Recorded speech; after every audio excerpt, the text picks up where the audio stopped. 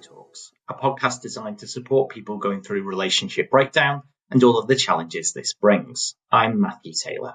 And I'm Liza, family lawyers at Stowe Family Law. And today we are delighted to welcome back Chloe O to the podcast to look at the main mistakes that people make in their divorce and how to avoid them. It's really great to have you back on Stowe Talks today, Chloe. Can you start just by introducing yourself to the listeners? Well, thank you for having me, first of all. Yes, I am a certified divorce coach, and I specialize in helping people to negotiate their agreements out of court.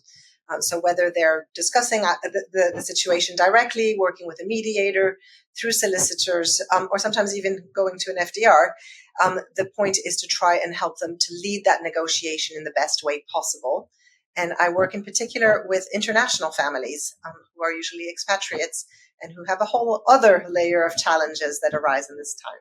Great. So thanks for joining us again, and really looking forward to going through this list. So we're dealing with the top mistakes made in divorce, of which there are several. I'm sure me and Lisa have got our views. So, let's crack on with it. What are the top mistakes? Go with, whether we want to go with number one or give a bit of an overview. What are the big things that you see people do time and time again that you think, oh God, if only you hadn't?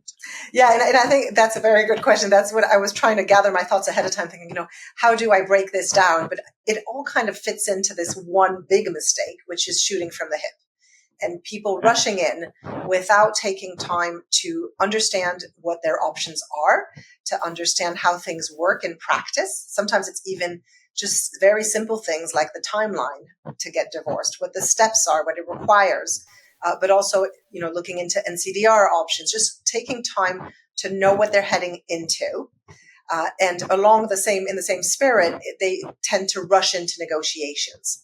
So a lot of people combined the conversation with their spouse where they decide to break up with a conversation about what does that mean in practice, how are we going to split finances, time with the children, etc. And at that stage, it's just really too early to have those conversations. There's a lot of preparation that's required in thinking about what you want to achieve, what good looks like to you, and trying to understand what the other one wants as well to find mutually acceptable solutions. And so I think part of the problem is when people start those conversations too early, they set expectations and then realize that actually it doesn't necessarily align with the law, or it's not truly something they're willing to accept. So yeah, I think that would be the big one that encompasses a lot of different sub-mistakes. I think sometimes, I talk to my clients a lot about the divorce staircase and the fact that when they come into the first meeting, they're often very focused on that top step and where it's going. You can't even see it at this point. And actually, we can talk about all of the different things that might happen and where we might end up. But that can be really overwhelming at the beginning as well, because there's lots of other steps, like you were saying, lots of other steps that we need to go through to get there. So for somebody that's kind of decided that they're separating, what would you advise is that first step? Education. So just spending a bit of time trying to understand what the reality is on the ground, because I think a lot of people have misconceptions about divorce and what it entails. So really understanding how it works in practice, gathering that information, gathering even documents that they're going to need during the process, just doing a bit of that logistical preparation, but especially doing the emotional preparation and not rushing in if emotions are still very raw, if there's still a lot of upset, trying to take a little bit of time to make sure that everybody is ready to have these conversations that are really very important, for the financial side of things, very important financial decisions that you're going to be making. And you want to make sure that you're making them cool-headed. So taking time to process the emotions before you dive in. And how do you know you're ready? That probably sounds a bit of a silly question, but I know that clients have been ready to go, and then I thought they probably weren't ready. And, you're not always a brilliant judge of that. How do you know that you're ready? Yeah. And how do you know that your spouse is ready to hear it? Yeah, I think that's a very good question. Unfortunately, I think in a lot of cases, when the decision maker is ready is not the same time as when the other spouse is ready.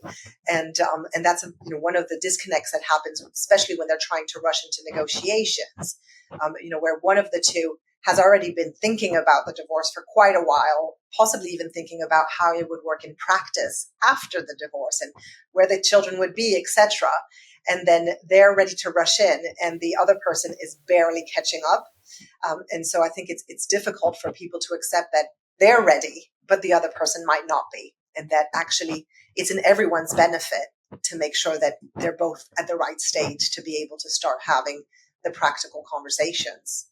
But with regards to how do you know that you're ready yourself, I think you have to trust your instinct. You have to make sure that you take enough time to do that preparation, but also make sure that you don't get stuck in the preparation phase and that you get to a point where you realize that, okay, now it's going to be difficult and I might have some unpleasant experiences along the way, but now it's time to proceed. And that's really a personal judgment. You were talking a minute ago about misconceptions, and that can lead to sort of further problems down the line. I was reading something the other day, actually, that was a study that Emma Hitchings, who's a professor at family law at the University of Bristol, had done. And they were looking at people's understanding of dividing property and finances within divorce. And the kind of headline point is that what they discovered was that there was a substantial lack of knowledge around separating and how that's dealt with.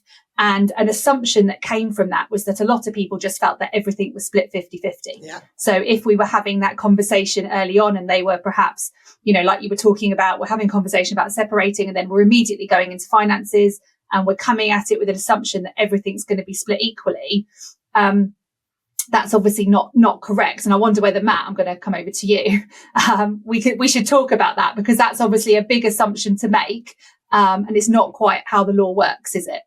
No, it's not. I mean, we just flagged there are lots of episodes of this podcast where we talk about how finances are dealt with on divorce, but 50-50 might be a starting point in a lot of cases, not necessarily in all cases. Short marriages are a bit different, but 50-50 might be a starting point, but it's certainly not the ending point in the majority of cases. You've got to ensure that people's needs are met, that the children's needs are met. And I think the difficulty with, if you have that conversation too soon and one of the spouses say, look, we just split everything down the middle. And the other goes, yeah, all right, that sounds fair. Because it does sound fair. It does sound reasonable and it might be the right answer. If you then go and take legal advice at a later stage and you're told, well, this isn't a 50-50 case, there definitely needs to be a departure from equality for whatever reason. The other person's already hold 50-50 and they think, well, hang on, we had an agreement. I mean, that's really tricky to unwind, isn't it, Chloe? And that's exactly my point around, negotiating too soon. You need to gather facts. Sometimes you even need to have just the numbers you're negotiating over. I see so many people starting negotiations without having done a disclosure or at least have an inventory of what there is to split up. So they're discussing how to split assets and they don't even know what they're worth or what they have. So I agree. And the other misconception I see with regards to splitting finances, the other extreme, where people think that they could end up with nothing. And that actually, if they haven't been the breadwinner or they don't have any income of their own, then the other person's contribution, being a financial contribution, has a higher weight than the contributions they've made to the marriage, and that they could end up literally with nothing. And I think that's something that also holds a lot of people back in making the decision to divorce because they think they could, be completely destitute. Yeah, it's the unknown sometimes as well, isn't it? Sometimes it's certainly clients that I speak to before they have physically separated. So before they've actually made that decision, when they're just perhaps information finding, it's the worry of, well, I don't know what will happen. So maybe it's better for me to stay here because this is more certain. How do you go from one to the other there? How can you prep yourself to get ready for that sort of uncertainty with divorce? Well, I think that's where it's important to have information, first of all. So it demystifies a little bit. It's a little bit like when your child thinks there's a monster under their bed. Looking under the bed and seeing that there really isn't a monster is part of the process. And so gathering that information to understand what the law says, what a likely outcome would be. Speaking to a solicitor to understand what the best outcome could be, the worst outcome could be, just making sure that you have, at least the range within within which you're operating. So it doesn't seem like it's necessarily going to be the worst case scenario. And so I think it's really about trying to move away from the emotional response to a much more fact-based analysis and gathering those facts to make sure that you're grounded in reality when you're making those decisions. So let's say that you've done that first discussion, and let's say that's gone well, actually, and you have waited, and there's no big upsetting the apple cart at that stage. You've taken a bit of time, you know where you're at. So you're starting the process. If we move chronologically, are there any big mistakes that crop up at the next stage, and what can people do to avoid those? Yeah, I mean, I think there's a lot of big mistakes that happen in that context, but the biggest one is when people let emotions cloud their judgment. So back to what I was just saying around looking at facts, it is inevitably an incredibly emotional time, and the things you're discussing are the most precious things in your life: your children, your home, your pension, your savings. So it has to be emotional. But the more you can strip away those emotions and deal with them outside of the context of the divorce settlements, the better prepared you will be to have those conversations and to kind of, it sounds cold to say that, but to approach it as a business conversation, because ultimately it is about the future financial stability of your life and the future of your children. And you want to make sure that you're making decisions that are based on what you really want in the long term and what's the right place for you to be, going forward, rather than just a response to the other person who's usually quite triggering to you at that stage. I think the business transaction advice, I mean, it's an analogy I use all the time. It is a commercial deal at the end of the day when you're doing finances on divorce. And it might not be terribly comfortable to think about that because it's obviously imbued with all the emotional significance and the trauma and the stress that you're going through as part of a breakup. So it's quite difficult to think of that. If you can get into a headspace where you are thinking commercially, and that doesn't require turning off the emotions, because you've got to be conscious that it is a in part emotional decision, Of course. and that your ex is going to be experiencing emotions as well. So you don't want to be cold about it because that goes really badly. But just trying to divorce, pardon the pun, the emotions and the kind of the sense of the finances of what that looks like can be really important. And getting the emotions in the way is really difficult. And it's understandable. I will see, Lisa, you will see a lot, people where there's been affairs, where there's been betrayals, where there've been trust breakdowns, really horrible behavior, really awful thing, or people behaved appallingly. And there is a feeling from people that there should be some sort of retribution for that. There should be some sort of compensation for that, some sort of payoff for that.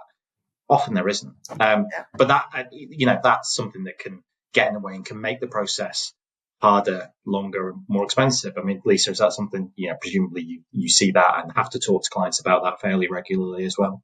Yeah. Yeah. I think it's really, really difficult because if you are feeling like, that you have been victimized by your ex-partner. So however that may be, whether as a victim of domestic abuse or whether there's been an affair, or whether they've controlled the finances throughout the marriage, whatever the reason for that might be, like you said, Matt, there is a feeling of, well, that should be taken into account. Their behavior within the divorce should be taken into account. But if you start to run down those argument routes, and we do unfortunately have clients that will every so often, try and run these sort of conduct arguments, they're very rarely successful. And actually, almost what you end up doing is elongating the pain because the proceedings take longer and you're having to rehash all of these emotions continually throughout. And it costs more money. So there's more money that's coming out of the pot that's going on legal fees. So it doesn't necessarily benefit anybody, but it is incredibly difficult to sort of put your emotions to one side. Have you got any advice for people, Chloe, as to how they can do and manage that? Yeah, I mean, I think it's just something that you have to contend with in that context, the sense of unfairness. And there's a lot of people who really feel very deeply, and I remember feeling that way during my own divorce, this real sense of lack of moral justice. And the process is not designed to provide moral justice. It's meant to be a process that allows for a fairly standard way of doing things. And especially with no fault divorce, it's no longer a factor. And it can take a really long time for people to digest. What I do find is that usually with time, those emotions go away. And actually, ultimately, it is a good thing that it's not taken into account. But that's the work I do with people, is trying to look at things as factually as possible so that it's not tinted by that emotion. And sometimes it is about them speaking to a solicitor and realizing that actually it will not have an impact in the divorce decisions, even if they drag their ex in front of a judge. So, it's just an acceptance process. And like any kind of grief, letting go takes some time. And that's just part of what needs to happen. But focusing on numbers, focusing on facts, focusing on practical matters is a really good way of disassociating the two and trying to focus on the business of divorce at that stage. Yeah, it takes a lot of time and takes a lot of effort, and people need to do the work, don't they? And that's where you come in, and people, other divorce coaches, to help people process that, because the quicker you can't rush it, but if you are intentional about dealing with the emotional trauma, it's a swifter process, isn't it? Than it can take a while, and you're dealing with. You often talk about you're dealing with often quite complicated legal concepts, or at least not stuff that you deal with in your everyday life. Going through a divorce, no one knows it until you go through it, unless you're daft enough to work in this area. You've got to go through that at the time when you're least emotionally resilient to do so. So having that support can really assist, can't it? Absolutely, and that's exactly what it's about. It's acknowledging the emotions, and they're absolutely valid. Everyone's entitled to their sense of what would be morally just. So giving them that space to feel that and to validate that, but also being able to then say, okay, well, that's really important, and that's something that you're going to be working through. But right now, with regards to actually managing your divorce, it's something that you have to set aside because it's just not going to be part of it. And that can be really hard to accept. Yeah, Matt was just talking then about sort of emotional resilience. And one of the problems that I see quite often is people not prioritizing their emotional well-being through the divorce. And that obviously has a massive knock-on effect as to their decision-making capacity. Sometimes they can then dig their head in the sand and kind of not respond to things because it feels too hard at that stage. What advice do you have for people as far as sort of managing their well-being throughout the process is concerned? Well, as you say, that's a very recurring theme. I think it comes back to one of the mistakes that I see a lot of people do is that they don't surround themselves with the right people. And that's professionals and friends and family alike. But making sure that you have the right team around you, because it is a very difficult period. You're under a lot of pressure. You're making very important decisions. As you said earlier, Lisa, there's a lot of uncertainty. And it's in a lot of cases associated with heartbreak as well. So you need to make sure that you're surrounded with the right people who are going to help you through that. And it could be a variety of sources of support. You need somebody who's going to help you stay the course, like a coach, but you also need somebody to give you the legal advice, but you also need somebody to have fun with. So it may be that you tell a few friends, you know what, when I'm with you, I don't want to talk about my divorce. I just want to think about other things and have a good time. And then you may have another friend who can be more like your cheerleader and who can help you when you're having a hard time. So it's really thinking about those different roles that you need around you.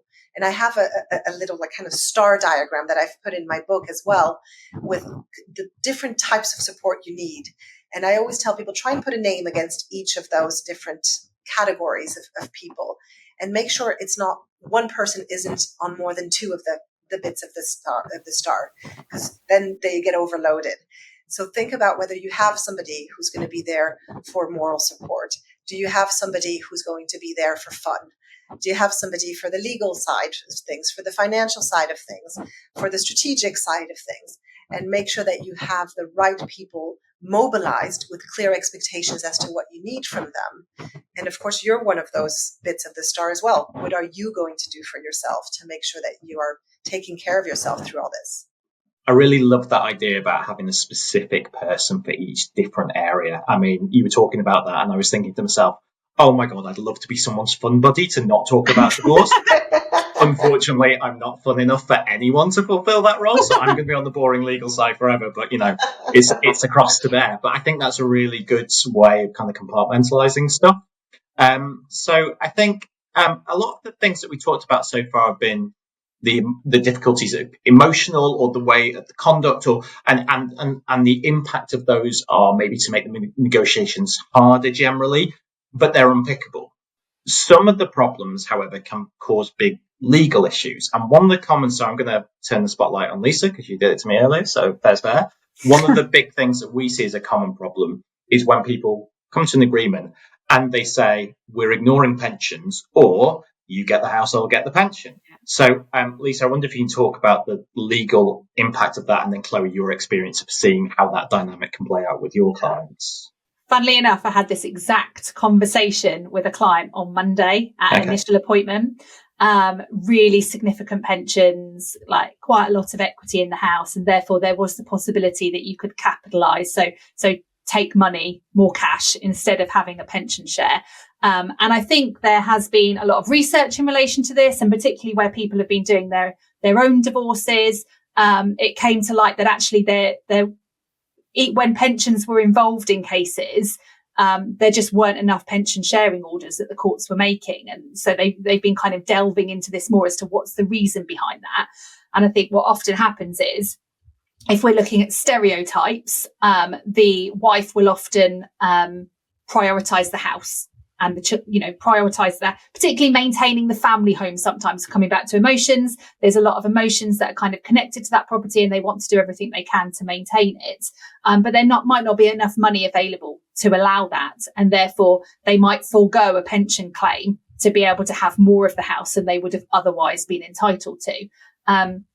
You have to be super, super careful about this, though. And my advice to anybody that's even considering it is to make sure that you are getting financial advice, because we don't want to just be looking at how are you now and how are you in the next 5 years, but actually, how are you going to be on retirement? If you're not having a pension sharing order, if these pensions were accrued during the marriage, that was your retirement planning. If you're now giving that over to, your claim over to the other side effectively, you really need to think about how you are going to manage in retirement. And I think that's not something that people think about enough. They're too in the here and now and not thinking about their future self enough. So financial advice absolutely is paramount in those circumstances. What are your thoughts on that, Matt, as our resident pension geek, as you like to call yourself?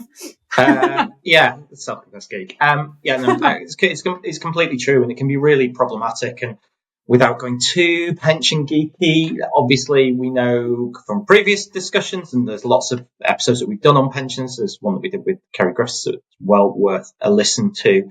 Is the values of pensions can be misleading, and if you get what's called a CETV, cash equivalent transfer value, for a final salary or career average pension, it might come out that it's worth 200 grand. In actuality, if you had an actuary who was a proper pension geek, not a pretend one like me, look at it, they might say, well, it's actually worth more like 300, 350. They can be worth a significant amount more than those figures have. So you can be leaving a lot of cash on the table.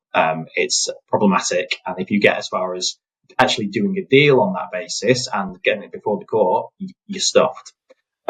So really problematic. I mean, Chloe, what's your experience of that? Is that something that you hear a lot of your clients kind of propose to you as saying, oh, this is what we're thinking?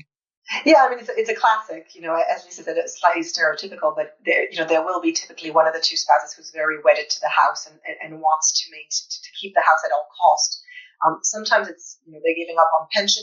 Sometimes they're giving up on liquidity as well, which is a mistake I see a lot of people make, where they're keeping the house but foregoing everything else to be able to keep the house.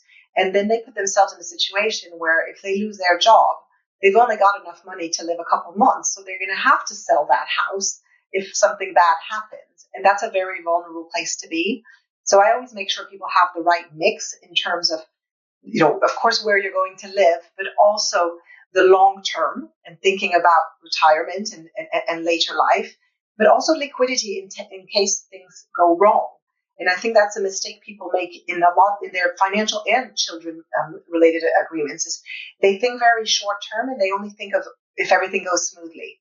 And so they plan for things if everything goes as it is today. But actually you could lose your job, you could get sick. Same with child arrangements. Your children grow. You might move a bit further away from your spouse. There's so many things that can happen. It's trying to really think long term about how these agreements are going to work for you, going forward, not just in the next 5 years. And I agree with Liza, speaking to a financial advisor, a pension advisor, sometimes a tax advisor as well, is really important. Again, to go back to facts, recognize the emotions, and that yes, you have an emotional attachment to the house. Right now, the pension doesn't sound very interesting to you, but actually, if you're in your 50s, it's quite imminent that you're going to need that kind of money, and you're not going to have a chance to rebuild that level of savings. So it's speaking to somebody who's going to talk to you from a numbers perspective, without the emotion, just literally just looking at where this agreement takes you over the next 20, 30, 40 years. And sometimes just seeing that picture is all people need for the penny to drop, for them to realize that it might not be the right deal for them. Okay, so we've got the pension issue. We've got about not rushing, the other things that you've talked about so far. What else have we got? What? I mean, just to terrify people even more, I've got something else that leads to mind. Maybe we'll come back to in a minute. But I'd be really interested to hear what are the other things that crop up for you, Chloe. I'd say a big one is not putting enough detail in their agreements. I think a lot of people don't realize for the financial agreements that it still needs to be enforceable. So yes, you've agreed that one of the spouses is keeping the house, but how is that going to be transferred? Do they have already a mortgage pre-approved? How long do you have to transfer the mortgage to them? Who's in charge of doing that? People don't think about those elements, especially when it's a DIY divorce and they're not being advised. And so they come to these agreements that actually aren't really doable in practice, enforceable in practice, or very unclear about how it's going to be put in place. And people think that because there's a legal order, it magically all happens. But the order just says it has to happen. It doesn't make it happen. And I think a lot of people don't realize that. And same on the children's side of things. People will agree on the principles, which is, of course, the starting point. We're going to share time with the children 50-50, for example. Okay, but what day of the week are you going to hand over the children? At what time? What happens if that needs to change? What happens if the children are sick? And again, the devil is in the detail, and a lot of the arguments that occur later on come from that detail that hasn't been thought through.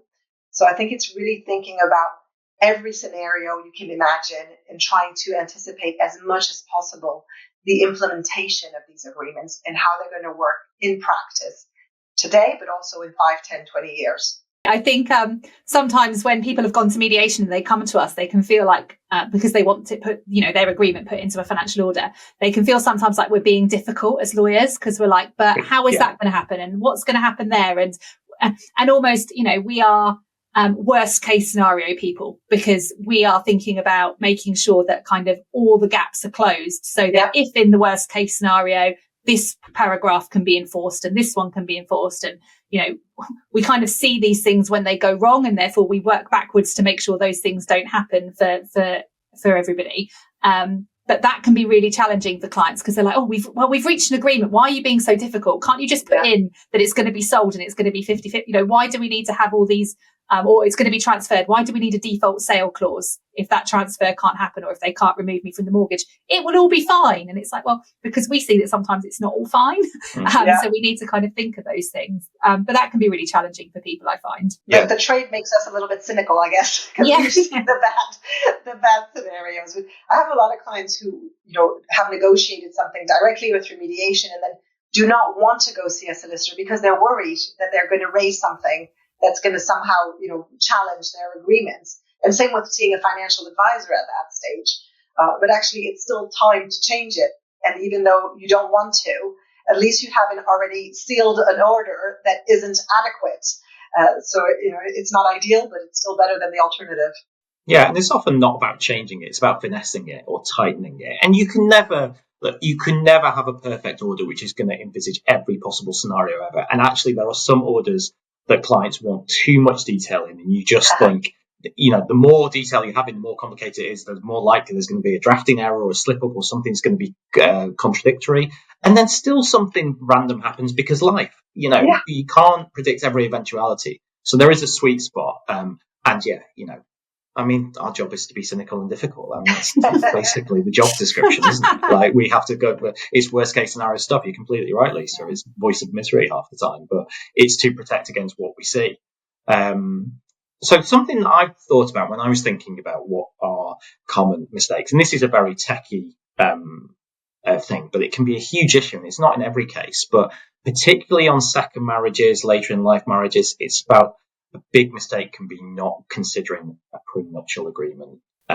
If you are coming into a marriage with assets that you've pre-acquired, if you are inheriting assets, If running a business you've been running successfully for years, if you've got a house from a previous divorce that you want to keep and make sure your kids from a previous relationship have, you really got to be considering at least a prenup. It might not be appropriate, but I think that can be a huge thing, because I've had many, many, many clients who've come and got divorced and they've brought lots of assets into the marriage, and they said, "Oh God, I wish I'd had a prenup." And I'm like, "Yeah, so do I, but you don't." So we're going to have to work with it as best we can. I think that's a really common thing. Do you get many clients come to you, Chloe, to talk about prenups, or does that form part of your work at all, or is it not such a big feature? Only in as much as it becomes a factor during divorce. So people wouldn't come to me at the time where they're writing the prenup. But it's always a big conversation, and especially because I work a lot with French people.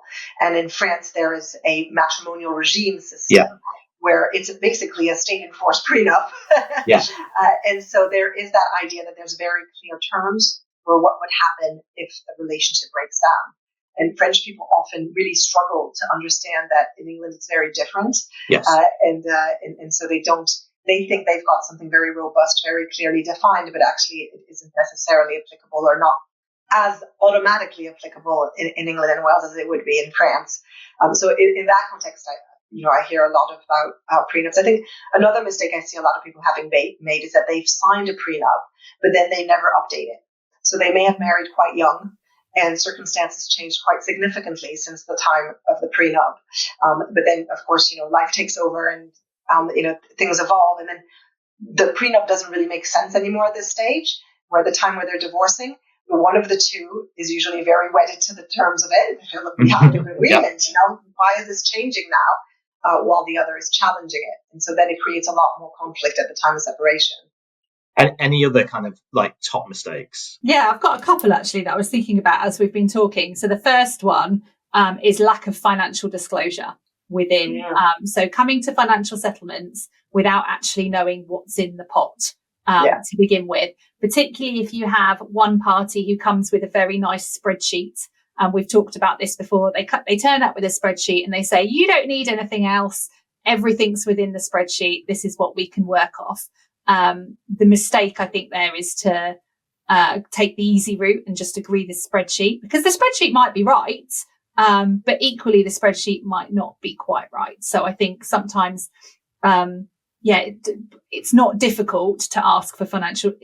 You're not being difficult to ask for financial disclosure. You're entitled to that information, and my advice would be to make sure you've got it.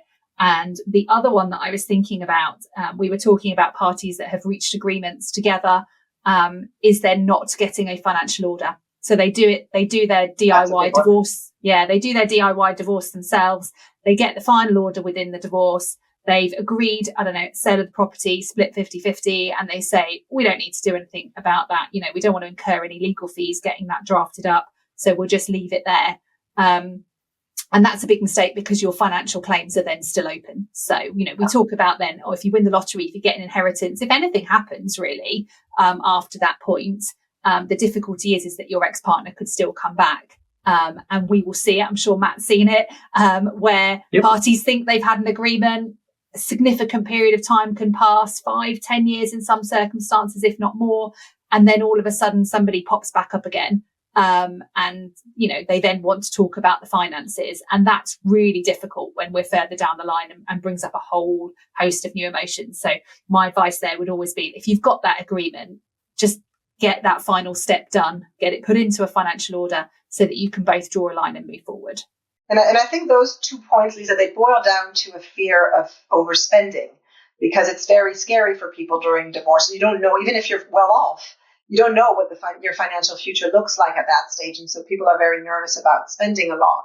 And I think that's a mistake people make, is making decisions based on how much it costs rather than a cost value analysis. And actually, sometimes it may be an expensive process, but the value you're going to get out of doing it. So, for me, for example, some people might say, "Oh, we'll just do a D81. It costs us less. We don't have to use our lawyers, etc."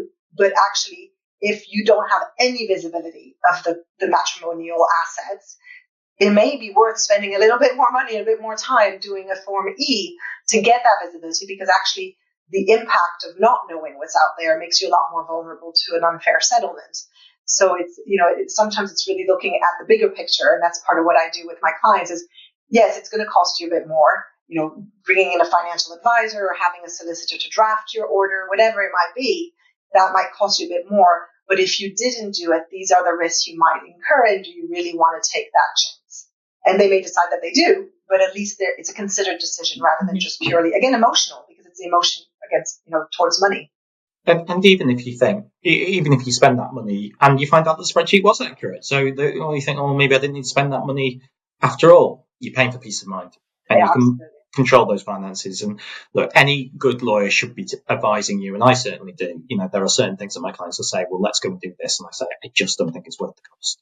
I just don't think you'll recover what you're going to spend on it. And you should be getting that advice from a lawyer who should be straightforward with you. And it doesn't exist just to say, oh, yes, we'll do that because you want to do it. There's got to be that cost benefit analysis, like you say. So, this has been absolutely fascinating, really important, and probably scared the life out of people because it's that sort of topic. What I would say is that, and hopefully you agree, most of these issues are solvable, aren't they? They are mistakes, but they can be undone, and it doesn't mean that it's a disaster unless you get to the stage of having it written up on the final order. There's a bit of hope there, isn't there?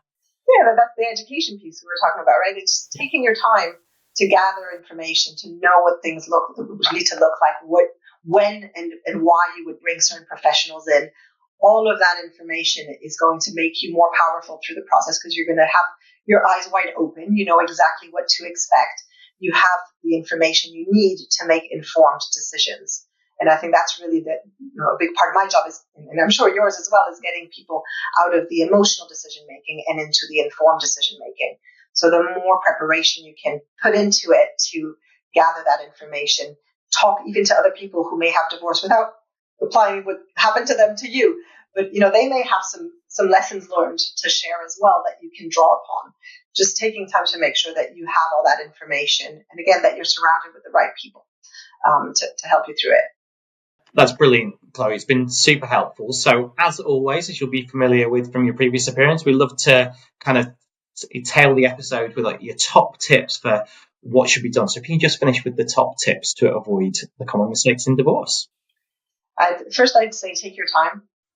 Don't rush in. It's anyway going to take a while. It takes about, in the best of cases, about 8 months.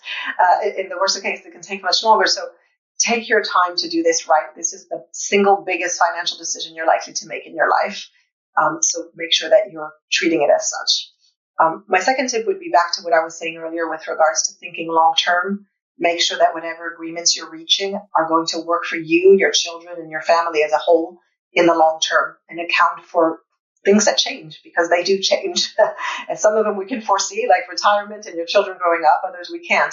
But try as much as possible to prepare for that. And the last tip I'd say is make sure that you have the right people around you to support you from a technical perspective, of course, through lawyers, financial advisors, etc., through the emotional side of things, but also just with having some joy in your life during that time, because it is a very difficult period for everybody. Even if you're the decision maker, it's a very challenging time. And so you want to make sure that it doesn't take over your life and that you still keep time and some space in your life for things that make you happy, whether it's a hobby, friends to hang out with, exercise, anything of the sort. Those are all really important. Thank you so much for joining us today, Chloe. So that's it for this episode of Stowe Talks. Thanks for listening. You can learn more about the work Chloe does on her website, thedivorceandseparationcoach.com, or find her on all the usual social media channels. If you would like more information on our podcasts, head over to stowtalks.co.uk and please rate, like and share this podcast where you can.